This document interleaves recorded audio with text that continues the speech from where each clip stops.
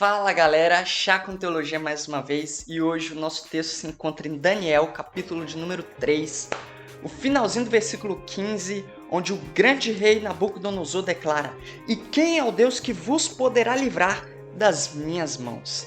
Esse rei, o grande rei Nabucodonosor, o rei do Império da Babilônia, era o rei que, no instalar de dedos, ele mandava matar quem ele bem entendesse. E ele faz essa pergunta para 3 jovens judeus.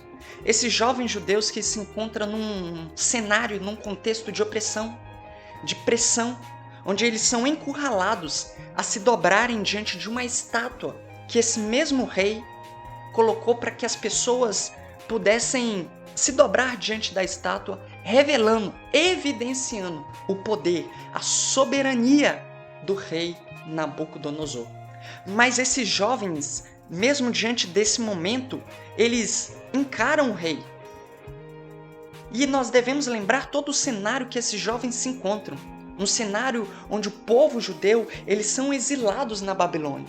Eles têm os seus nomes trocados para nomes de deuses babilônicos, desse império tão imoral, desse império tão perverso, esse momento de opressão. Só que esse momento, ele é muito parecido com o nosso. Sabe por quê? Porque no Novo Testamento a Bíblia declara que a Babilônia, ela representa o império das trevas, o império de mentira, o império de injustiça, o império de rebeldia contra Deus.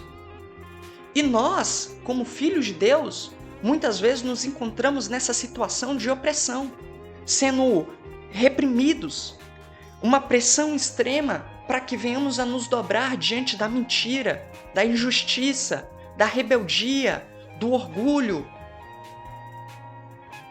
E muitas vezes estamos nessa situação onde encurralados estamos. A pressão é grande, achamos que não há saída. Mas é interessante a reação desses jovens, que nos motiva hoje. Eles enfrentam Nabucodonosor. Eles são levados à fidelidade a Deus. Essa fidelidade que é movida por eles terem consciência de quem era o Deus deles, de que eles não estavam lutando contra Nabucodonosor, mas essa era uma luta entre Nabucodonosor e o Deus deles. E este Deus a quem eles serviam era maior que Nabucodonosor. Deus é maior que a opressão. Deus é maior do que toda pressão. Mesmo que esse momento onde são encurralados seja grande, seja terrível, quase impossível, esses jovens sabem que Deus é maior do que a opressão. E esses jovens são preservados da fornalha ardente, que eles são ameaçados de serem jogados se não se dobrarem. E na fornalha ardente, eles estão lá dentro, o texto vai revelar que tinha mais um com eles, a semelhança de anjo, que os liberta, que os salva. E é por meio da descendência desse povo que foi preservado na Babilônia que veio o grande Salvador, o Messias, Jesus Cristo. Diante do cenário que eu falei anteriormente, do que representa, ou o simbolismo que a Babilônia representa de pecado, nós temos um libertador que é Jesus Cristo, dessa opressão. Desse cenário onde muitas vezes somos encurralados. Jesus Cristo é o nosso libertador.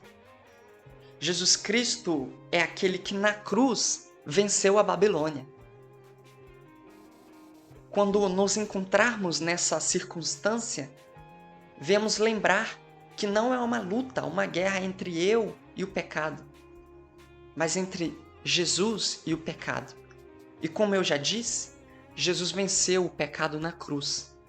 Jesus é maior que a opressão. Que da mesma forma que por aqueles jovens terem consciência de quem era o Deus deles, eles foram movidos a fidelidades a Deus, que nós hoje, entendendo com a nossa consciência de quem é Jesus, sejamos movidos à fidelidade a Jesus também. A esse Deus que é amor, esse Deus que é justiça, a esse Deus que é santo, que sejamos fiéis a Ele, não porque somos fortes, mas porque Ele é forte. Que sejamos movidos, direcionados à fidelidade. E uma fidelidade também a propagar essa mensagem. A mensagem de salvação, a mensagem de libertação do pecado, da rebeldia, da injustiça, da falta de amor, do egoísmo. Que nós, agora que sabemos das boas novas de Jesus Cristo, sejamos movidos a espalharmos, a comunicarmos essas boas novas. Que Deus nos abençoe e nos dê uma semana de fidelidade a esse Deus poderoso.